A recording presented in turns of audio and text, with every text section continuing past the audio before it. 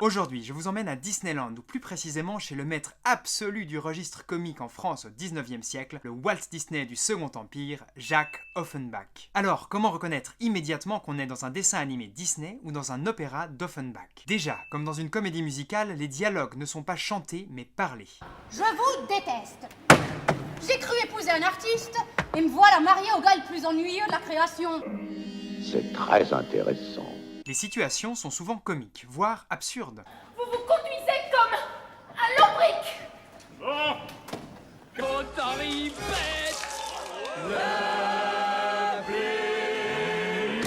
On y trouve en général quelques numéros dansés. Ça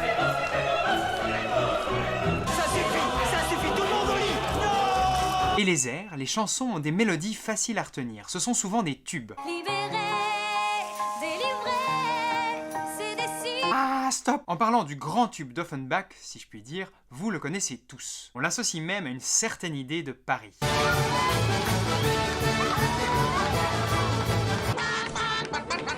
C'est parce qu'elles sont préparées avec des volailles 100% françaises que les grignotes le gaulois ont un goût. Et en ce moment, je vous parle d'une des loges du Théâtre des Champs-Élysées où on prépare une nouvelle production d'un opéra d'Offenbach, La Péricole. Offenbach et ses deux librettistes, Henri Meillac et Ludovic Halévy, qui écriront d'ailleurs aussi le livret de Carmen par la suite, s'inspirent pour La Péricole d'une pièce de Mérimée, elle-même tirée d'une histoire vraie. Au Pérou, dans la ville de Lima, il y a deux chanteurs de rue qui crèvent de faim, Piquillo et La Péricole. Mais m'avais-tu dois respecter la tienne? Le vice-roi du Pérou, comme à son habitude, sort de son palais incognito pour aller au bordel. Aller séduire des femmes. Sur son chemin, évidemment, il rencontre La Péricole et tombe amoureux. En gros, il veut se la faire. Il lui propose donc une nouvelle vie en tant que courtisane et maîtresse du vice-roi. Alors, vous voyez ce palais? Tout le monde y est sous mes ordres. Entre dormir dans la rue et le palais royal, le choix est vite fait. Péricole laisse donc une lettre de rupture pour Piquillo et s'en va avec le vice-roi.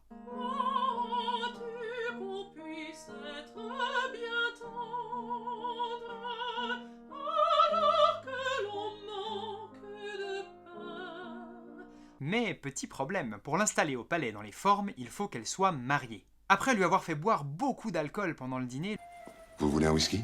Oh, juste un doigt. le vice-roi la persuade d'épouser le premier venu, qui se trouve être Piquillo. Coïncidence? Je ne crois pas. Piquillo, après avoir lu la lettre de rupture, il avait tenté de se suicider. Un des ministres du vice-roi chargé de trouver un mari l'a sauvé, l'a fait boire et l'a convaincu de se marier. Au palais, le lendemain, Péricole et Piquillo, des prolétaires, sont méprisés par la cour. Comme Piquillo devient un peu gênant pour le vice-roi, il se fait mettre en prison,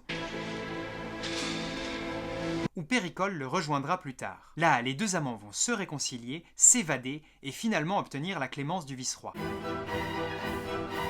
Évidemment, l'œuvre comporte tous les ingrédients du film de chez Disney. Une aventure rocambolesque, des rebondissements comiques, des moments tendres et sincères, le tout servi par une musique qui vous reste dans la tête. D'ailleurs, chez Offenbach, comment est-ce qu'on fait pour fabriquer un tube? Petit exemple avec le premier air de Piquillo. Il grandira, car il est espagnol. Ça reste dans la tête parce que c'est une formule qui marche à tous les coups. On répète 3 fois la même cellule et la 3e fois on rajoute quelques notes pour aller ailleurs. Il grandira, car il est espagnol.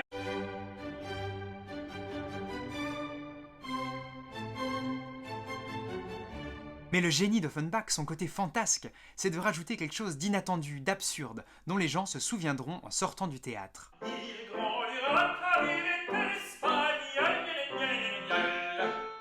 Offenbach, c'est le champion de toute catégorie pour tordre la langue française de manière comique, ou répéter à l'absurde une syllabe ou un bruitage. Par exemple ici, le vice-roi s'est déguisé en gardien de prison et ses clés tintent.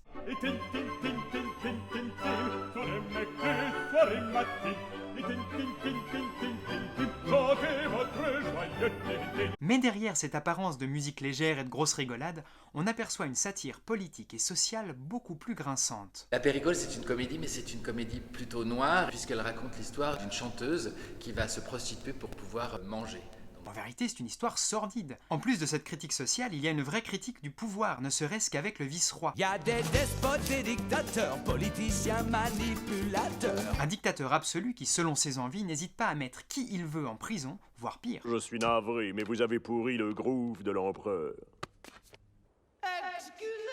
D'ailleurs, quand il sort incognito, comme le faisait Napoléon III, en fait, sa police secrète, ses 2 ministres ont déjà tout préparé. La foule, c'est une foule de figurants payés pour avoir l'air heureux, boire et dire que tout va bien. C'est un peu comme si on organisait un faux référendum pour justifier l'annexion illégale d'un pays voisin. On critique aussi la cour impériale. Au palais, nos 2 chanteurs sont méprisés par une classe sociale à laquelle ils n'appartiennent pas. Une chanteuse des rues, c'est immonde. C'est indigne.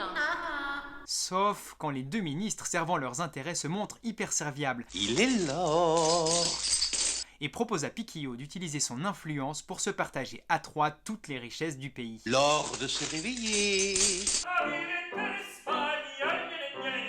Même ce refrain est une pique adressée à l'impératrice Eugénie, la femme de Napoléon III. D'origine espagnole, elle était célèbre pour largement favoriser ses compatriotes arrivant à la cour de France. Mais surtout, la Péricole, c'est un petit bijou de théâtre, d'humour, avec aussi des moments sincères, de tendresse, d'abandon, de retrouvailles. Et bien sûr, des finales explosifs, un vrai Disney. Voilà, vous savez tout sur la Péricole. Si cette vidéo vous a plu, n'hésitez pas à venir voir le spectacle, à vous abonner en cliquant ici, et à en parler et à partager cette vidéo avec vos amis. On se retrouve bientôt pour d'autres épisodes.